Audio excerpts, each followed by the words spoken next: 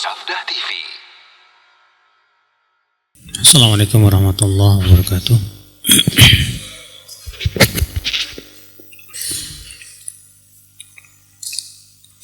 Innal hamdalillah nahmaduhu wa nasta'inuhu wa nastaghfiruh wa na'udzu billahi min shururi anfusina wa min sayyiati a'malina. Man yahdihillahu fala mudilla lahu wa man yudlil fala hadiya lahu. Wa asyhadu an la ilaha illallah wahdahu la syarika lah wa asyhadu anna Muhammadan abduhu wa rasuluh. Qala Allah Ta'ala fi kitabihil karim, ya ayyuhalladzina amanu taqullaha haqqa tuqatih wa la tamutunna illa wa antum muslimun, amma ba'd. Kita lanjutkan ayol ikhwah. Hadis berapa sekarang ya? Sekarang 40. Wa an Abi Hurairah radhiyallahu anhu qala Rasulullah sallallahu alaihi wasallam, man tawadda'a fa ahsana wudu'ahu thumma raha fa wajada an-nasa qad sallau a'tahu Allahu mithla ajri man sallaha wa hadaraha la yanqusu dhalika min ujurihim syai'a. Rawahu Abu Daud wal Nasa'i wal Hakim wa qala sahihun ala syarti Muslim.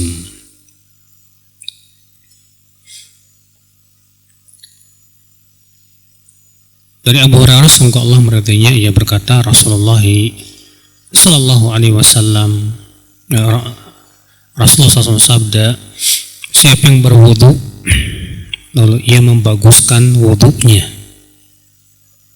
kemudian ia berangkat, ia pergi ke masjid, dan ia mendapatkan orang-orang telah selesai sholat,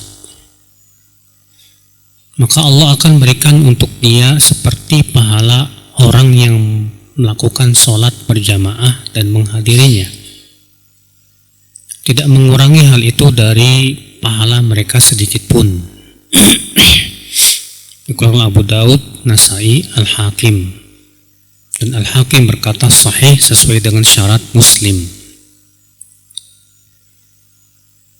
Hadis ini menunjukkan akhul Islam bahwa orang yang pergi ke masjid, ya, ketika sampai di masjid ternyata orang-orang sudah selesai berjamaah, maka ia tetap diberikan oleh Allah pahala berjamaah sebagai karunia Allah yang luas kepada hambanya, ya. Namun tentunya ini bagi orang yang tidak meremehkan, Mbak. Sebagian orang yang sengaja, ya, setelah adzan tuh Pak sibuk main game gitu, Pak. Gampang nanti, yang penting saya pergi ke masjid, niatnya sholat berjamaah, kan dapat sholat berjamaah juga. Kita katakan tidak bisa. Kenapa? Karena orang seperti ini, ya, melakukan tadhi', menyanyiakan sholat berjamaah namanya. Adapun orang yang tidak menyanyiakan, ya, seperti misalnya ada orang yang karena ada udzur yang sifatnya syar'i sehingga akhirnya dia terlambat, pergi dia ke masjid, ya, ternyata orang-orang sudah selesai, maka orang seperti ini baru mendapatkan pahala sholat berjamaah. Di sini menunjukkan akal Islam bahwa kalau kita mendapatkan orang-orang telah selesai sholat berjamaah, apa yang kita lakukan? Apakah kita sholat di masjid sendirian? Iya. Ataukah kita pulang lagi ke rumah, kemudian sholat di rumah? Ada sebuah hadis yang dikeluarkan Imam Al-Hakim dalam Mustadrak, dan hadis itu disahihkan oleh Syekh Albani rahimahullah, bahwa Rasulullah SAW pernah terlambat sholat berjamaah karena ada keperluan. Ketika sampai di masjid ternyata orang-orang sudah selesai, Pak. Maka beliau pulang ke rumahnya dan sholat bersama istrinya. Iya. Dan itu pula yang dilakukan oleh Abdullah bin Mas'ud radhiyallahu anhu. Bahwa beliau pun pernah terlambat sholat. Sampai di masjid sudah orang pada selesai, maka beliau pun pulang dan sholat di rumahnya. Sekarang kalau misalnya dia mau sholat di masjid, apakah disyariatkan untuk membuat jamaah kedua atau tidak? Ikhtilaf para ulama tentang hukum jamaah kedua. Iya. Jumhur mengatakan boleh membuat jamaah kedua. Dalilnya hadis bahwa ketika Nabi SAW telah selesai sholat berjamaah, ada satu sahabat datang. Kemudian Nabi bersabda, "Man yatasaddaq lihada." Siapa yang mau sedekah buat orang ini? Lalu kemudian beberapa sahabat pun sholat menjadi makmum untuk orang ini. Di situ orang ini jamaah kedua. Akan tetapi Pak, pendalilan hadis ini kalau kita perhatikan secara kaidah usul fikih lemah. Kenapa? Kata Syekh Masyhur. Pertama, ini adalah waqi'atu ain. Kejadian yang menimpa seseorang sahabat, tidak setiap sahabat. Artinya tidak setiap orang yang datang terlambat Nabi menyuruh untuk apa? Sedekah. Sebab kalaulah itu disunahkan, tentu Nabi akan menganjurkan setiap kali ada orang yang terlambat. Tapi Nabi SAW hanya menganjurkan saat itu saja. Dan ini menunjukkan waqi'atu ain. Waqi'atu ain itu artinya kejadian pada seorang sahabat saja. Dan seperti ini disebut dengan waqi'atu ain, dan waqi'atu ain dalam usul fikih apa? La umuma laha. Tidak bisa dijadikan kaidah umum. Tidak bisa dijadikan apa? Kaidah umum. Iya. Yang kedua, ini atas seizin Rasulullah, di mana Rasulullah SAW menyuruh orang-orang yang sudah selesai sholat, siapa yang mau sedekah buat dia. Tentu akan sangat berbeda ketika ada beberapa orang yang belum sempat sholat, kemudian mereka bikin jamaah kedua, semuanya sama-sama belum sholat. Ini tidak bisa dikiaskan, Pak. Iya. Karena kejadian sahabat yang datang tadi adalah yang menjadi makmumnya adalah siapa? Para sahabat yang sudah sholat di jamaah pertama. Iya. Sementara permasalahannya adalah kalau ada beberapa orang datang, kemudian mereka bikin jamaah kedua. Kemudian dalil jumhur juga apa? Perbuatan Anas bin Malik, bahwa Anas bin Malik datang ke masjid bersama beberapa sahabatnya. Ketika sampai di masjid ternyata orang sudah selesai sholat, maka Anas menyuruh untuk adzan, lalu qomat, lalu bikin jamaah kedua. Namun perbuatan Anas bin Malik ini diselisih oleh Abdullah bin Mas'ud. Dan kaidah usul mengatakan apa, Pak? Perbuatan sahabat yang diselisih oleh sahabat yang lain bukan hujjah. Kapan perbuatan seorang sahabat itu boleh jadikan hujjah? Kalau tidak diketahui adanya sahabat yang menyelisihinya. Iya. Dan ternyata dalam hal ini diselisih oleh Abdullah bin Mas'ud, di mana Abdullah Mas'ud pendapatnya tidak disyariatkan, tidak boleh jamaah kedua itu. Sedangkan Imam Syafi'i pendapatnya adalah bahwa jamaah kedua itu makruh. Jamaah kedua itu apa? Makruh. Dalilnya tadi diantaranya hadis yang sudah kita sebutkan bahwa Nabi SAW ketika telah sampai di masjid ternyata didapati orang-orang sudah selesai sholat berjamaah. Maka Nabi SAW pulang, tidak bikin jamaah kedua. Yang kedua, dalil yang kedua yang menunjukkan bahwa itu hukumnya makruh. Rasulullah SAW ingin sekali membakar rumah orang yang tidak menghadiri sholat berjamaah. Kata Rasulullah, "Qad hamamtu an amura birajulin fayuhtab, summa amura rajulan fayu'adzan, summa amura rajulan faya'um laha, summa antaliqu ila qaumin la yashhaduna as-salah fa uharriq alaihim buyutahum aw kama qala." Sungguh aku ingin sekali menyuruh seseorang untuk mengumpulkan kayu bakar, lalu aku suruh seseorang adzan, lalu aku suruh seseorang jadi imam, lalu aku pergi kepada kaum yang tidak menyaksikan sholat berjamaah untuk aku bakar rumah mereka. Lihat, Nabi mengatakan, ya, aku pergi ke kaum yang tidak menyaksikan sholat berjamaah. Jamaah keberapa nih Pak? Jamaah keberapa ini? Apa pada diem? Pertama. Kalau jamaah kedua boleh 2, 3, 4. Nabi tidak akan membakar, tapi suruh pergi ente ke masjid, bikin sana sholat berjamaah kedua, ketiga.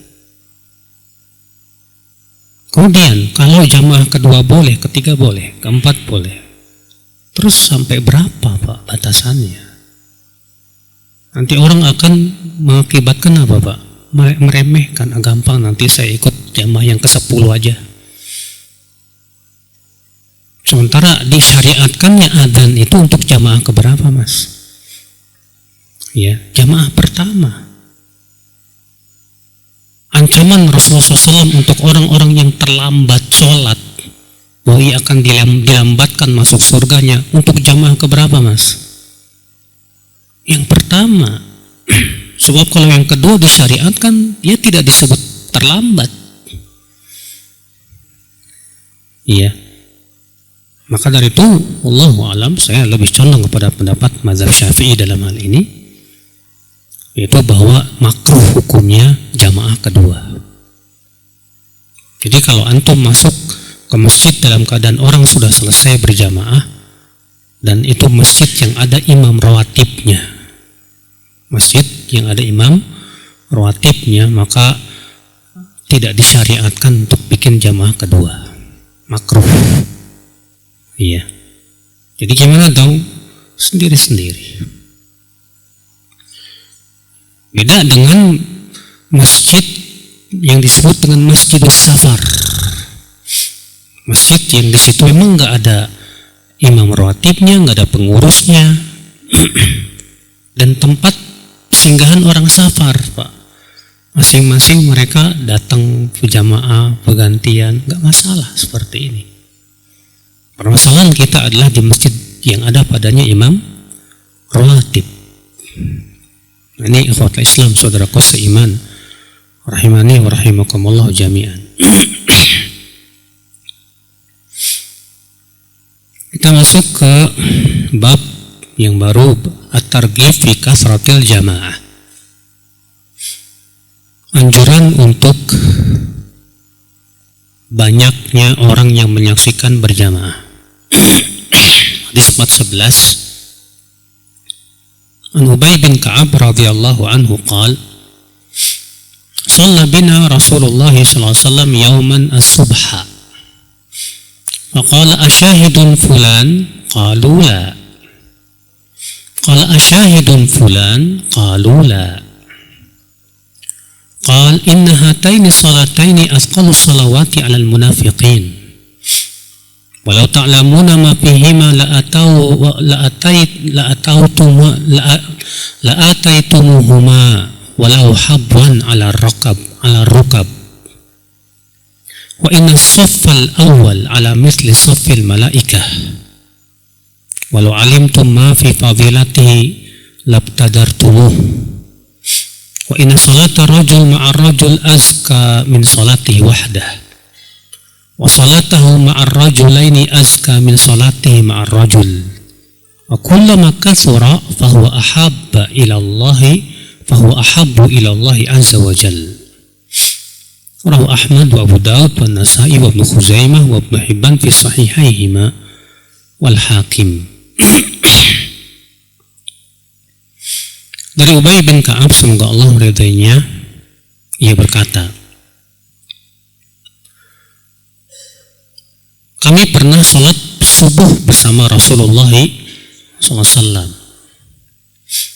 Lalu setelah selesai sholat beliau bersabda, apakah si fulan menyaksikan sholat?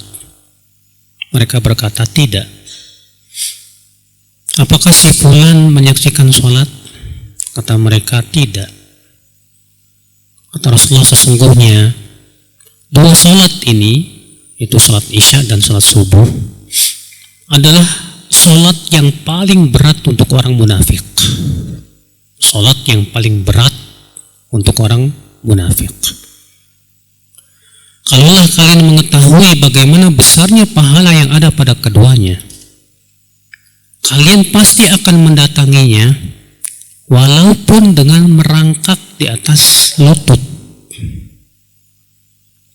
Dan sesungguhnya saf yang pertama itu seperti safnya malaikat. Dan kalaulah kalian mengetahui bagaimana keutamaan saf yang pertama, pasti kalian akan bersegera untuk mendapatkan saf yang pertama. Dan sesungguhnya sholat seseorang bersama seseorang itu lebih baik daripada sholatnya satu orang sendirian. Dan sholatnya bersama dua orang lebih baik daripada sholatnya dengan satu orang. Semakin banyak, semakin dicintai oleh Allah Subhanahu wa Ta'ala. Imam Ahmad, Abu Daud, Nasa'i, Ibnu Khuzaimah, Ibnu Hibban, dan Yahya bin Ma'in serta Imam Adz-Dzuhli menyatakan hadis ini sahih. Di sini kita ambil faedah, Pak. Ihtimamu Rasulullah SAW bi ashabihi. Di sini menunjukkan bahwa perhatian Rasulullah SAW terhadap para sahabatnya. Sampai beliau itu ngabsen, si fulan hadir enggak? Si fulan hadir enggak? Iya. Itu menunjukkan betapa Rasulullah SAW memperhatikan para sahabatnya. Nah, demikian pula kalau kita, ya akhwal Islam, ya, seorang ustadz perhatian sama teman-temannya, gimana tentang sholat berjamaahnya, si fulan hadir enggak, si fulan hadir enggak, itu bagus, Pak. Ya, barangkali dia tidak hadir karena sakit, atau dia tidak hadir karena ada sesuatu, ya. Di sini kita ambil faedah yang kedua, akhi. Anna salawat al-khams saqilah 'alal munafiqin. Wa salat 5 waktu itu berat buat orang munafik, Pak. Semuanya berat. Dan yang paling berat dua. Salat isya dan salat apa? Subuh. Kenapa? Di zaman Rasulullah SAW gak ada lampu. Gelap. Sementara orang munafik itu, Pak, Allah sifati, ya, sifat salat orang munafik dalam surat An-Nisa apa? Wa idza qamu ila sholati qamu kusala yura'una an-nas wa la yadhkuruna Allah illa qalila. Apabila mereka berdiri untuk sholat, mereka berdiri dengan malas dan mereka ria, ingin dilihat orang. Dan mereka pun tidak mengingat Allah dalam sholatnya kecuali sedikit saja. Ini sifat sholat orang munafik nih, Pak. Ya, mau sholat malas, hati-hati. Kalau kita ternyata, ya, ketika mendengar panggilan adzan, ternyata kita malas-malasan mau pergi sholat berjamaah, berarti di hati kita ada penyakit kemunafikan, Pak. Nauzubillah, nasallallahu salamata wal afiyah. Yang kedua, kata Allah, Pak, mereka ria, ingin dilihat manusia. Sementara di sholat isya dan sholat subuh nggak ada yang lihat, gelap. Maka mereka paling berat itu sholat bagi orang munafik di sholat isya dan sholat subuh itu. Ikhwat Islam, saudaraku seiman. Hadis ini menunjukkan, Mbak, yang selanjutnya ya anna thiqalal ibadah, bahwa beratnya ibadah ya fil qalb, di hati, itu alamatun nifaq, tanda kemunafikan. Tanda kemunafikan itu berat ibadah di hati seseorang. Makanya disebutkan juga dalam surat At-Taubah ketika Allah menyebutkan tentang orang-orang munafik. Apa kata Allah? Walau aradul furuja la'a'addu lahu 'uddah walakin karihallahum bi'athahum fathabbatahum wa qila q'udu ma'al qa'idin. Kalaulah mereka ingin keluar di jalan Allah, tentu mereka sudah bersiap-siap menuju jalan Allah itu. Tapi Allah tidak suka mereka keluar ke jalan Allah. Maka Allah jadikan mereka berat. Dan dikatakan kepada mereka, duduklah kamu bersama orang-orang yang duduk. Ini ancaman berat nih, Pak. Allah mengatakan kalaulah mereka ingin keluar, ada keinginan yang kuat untuk keluar menuju jalan Allah, pasti mereka sudah siap-siap. Tapi masalahnya, kata Allah apa? Allah nggak suka mereka keluar ke jalan Allah. Maka Allah pun jadikan berat mereka untuk keluar. Jadi kalau kita dijadikan oleh Allah berat, Pak, ya mau pergi jamaah, mau pergi sholat berjamaah, berat. Waduh, hatinya Allah tidak suka sama kita. Mau zikir berat, mau baca Quran berat, mau ibadah berat, ya Allah. Tapi kalau nonton drakor, wih, semangat. Nonton berita-berita hangat, semangat. Ya akhi, kalau kita mendapatkan diri kita seperti itu, berhak kita ucapkan innalillahi wa inna ilaihi raji'un. Kita kena musibah dalam agama, Pak. Keimanan kita lagi terkena musibah ini. Maka dari itu ya akhi, ya, jangan pernah ridho selama ini kita ternyata dijadikan oleh Allah berat menuju ibadah. Jangan pernah ridho. Makanya kalau kita dikasih oleh Allah semangat kepada ibadah, pertahankan, Mbak. Kita lagi dikasih semangat nih untuk sholat berjamaah, Allah pertahankan. Oleh itu nikmat yang sangat besar yang Allah berikan kepada kita. Itu tanda berarti hati kita masih bersih dari penyakit kemunafikan, ya akhi. Iya. Hadis ini menunjukkan akal Islam idhamu ajri, ya, sholatil jamaah, besarnya pahala sholat berjamaah, terutama sholat isya dan sholat apa? Subuh. Sampai kata Rasulullah, kalaulah kalian mengetahui bagaimana besarnya pahala yang ada pada keduanya, niscaya kalian akan mendatanginya dalam keadaan apa? Merangkak di atas lutut-lutut kalian. Itu subhanallah. Cuma masalahnya pahala itu nggak kelihatan, Mas. Beda dengan fulus.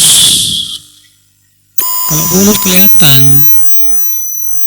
Coba bayangkan kalau diumumkan nih di masjid nih, Pak, jamaah sekalian, nanti habis sholat isya berjamaah akan ada pembagian per orangnya 2 juta. Gimana menurut antum, Mbak? Berlomba-lomba orang, Pak, pergi, Pak. Kenapa? Kelihatan fulus. Sedangkan pahala nggak kelihatan, Pak. Pahala itu yang semangat kepadanya hanya orang-orang yang iman saja, beriman akan adanya pahala akhirat, adanya surga dan neraka. Ya, imannya sudah menghunjam di dada, dia yakin betul akan adanya pahala yang besar di sisi Allah. Semangat dia itu. Cuma masalahnya itu keyakinan itu lemah terkadang. Ikhwata Islam, saudaraku seiman. Hadis ini menunjukkan juga fadlu safil awal, keutamaan saf yang pertama, Pak. Karena kata Rasulullah SAW, saf yang pertama itu seperti safnya malaikat. Subhanallah. Antum lebih senang disebut saf malaikat atau saf setan, Pak? Semua kita tidak akan suka, Pak, disebut Anda berada dalam saf setan. Semua kita tidak suka. Kita lebih senang bersama saf malaikat. Karena mereka makhluk-makhluk yang mulia, wallah. Makhluk-makhluk yang senantiasa patuh dan taat kepada Allah Subhanahu wa taala. Iya. Hadis ini juga kita ambil faedah ya akhal Islam. Keutamaan sholat di jamaah yang paling banyak jamaahnya. Ya, semakin banyak jamaahnya di situ, semakin besar pahalanya. Semakin sedikit yang berjamaah di situ, semakin sedikit pahalanya. Sekarang gimana, Ustadz? Ada sebuah masjid dekat rumah, cuman yang sholat dikit situ. Ada lagi jauh tapi banyak jamaahnya. Mana yang kita dahulukan ini? Masjid yang dekat apa yang jauh, Mas? Ya, Allahu a'lam. Fatwa sebagian ulama mengatakan makmurkan yang dekat. Sebab kalau yang dekat ditinggalin semua, melompong nanti, Pak. Justru ya dengan cara seperti ini, yang dekat ini kita makmurkan sehingga menjadi banyak. Dan antum yang ada di situ berusaha untuk memberikan motivasi ke masyarakat untuk sholat berjamaah, dimakmurkan, sebarkan. Kalau antum bisa bikin artikel tentang keutamaan sholat berjamaah, pahalanya yang besar, sebarkan ke masyarakat supaya mereka datang. Iya. Ini ikhwata Islam, saudaraku seiman. Hadis 412. Mu'an Qubas bin Ushaim al-Laythi radhiyallahu anhu qala Rasulullah sallallahu alaihi wasallam, salatul rajulaini ya ummu ahaduhuma sahibahu azka indallah min salati arba'atin tatra wa salatu arba'atin azka indallah min salati thamaniyah tatra wa salatu thamaniyah ya ummuhum ahaduhum azka indallah min salati mi'ah tatra. Rahul Bazzar wa Tabrani bi isnadin la ba'sa bih. Salat dua orang, yang satu jadi imam, yang satu jadi makmum, itu lebih baik di sisi Allah daripada salat 4 orang tapi sendiri-sendiri. Dan salat 4 orang lebih baik di sisi Allah daripada salat 8 orang tapi sendiri-sendiri. Dan salat 8 orang yang diimami oleh seseorang berjamaah maksudnya ya, itu lebih baik di sisi Allah daripada salat 100 tapi sendiri. Iya. Nah, di sini menunjukkan ya keutamaan apa? Semakin banyak jamaah semakin besar pahalanya. Iya. Dan sholat berjamaah lebih baik daripada sholat sendiri. Kita masuk ke bab at-targhib fi sholati fil falah. Anjuran untuk sholat di padang pasir. Kalau di Saudi itu, Pak, orang kalau pergi safar pasti melewati apa? Padang pasir, Pak. Iya. Dari satu kota ke kota berikutnya. Kalau antum pernah umroh, perjalanan dari Madinah ke Mekah lewatin padang pasir nggak Pak? Lewatin padang pasir, ya. Nah ternyata sholat di padang pasir itu Pak, saat safar itu punya keutamaan lebih. Hadis 413. Wa Nabi Sa'id Al-Khudri radhiyallahu anhu qala qala Rasulullah sallallahu alaihi wasallam as-salatu fil jama'ati ta'dilu 25 salah wa idza sallaha fi falatin fa atamma ruku'aha wa sujudaha balagat 50 salah.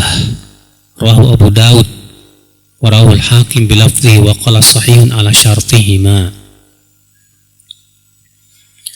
Dari Abu Sa'id Al-Khudri, semoga Allah meridainya, ia berkata, Rasulullah SAW sabda, salat berjamaah, ya, itu pahalanya sama dengan 25 kali salat. Apabila ia melaksanakan salat itu di falah tadi ya, di mana? Di padang pasir. Lalu ia menyempurnakan ruku dan sujudnya, maka itu sama dengan 50 kali sholat. Ya, pahalanya besar di sisi Allah Subhanahu wa taala. Hadis ini akan Islam ya menunjukkan akan besarnya pahala ya orang yang sedang safar di padang pasir, lalu ia sholat. Namun terjadi ikhtilaf para ulama apakah sholat di sini sholat berjamaah atau sholat sendirian. Al-Hafidh Al-Iraqi dalam kitab Tarhuf Tathrib ya menjelaskan hadis ini. Kata beliau, "Laisa fil hadis ma yaqtadhi kaunahu munfaridan."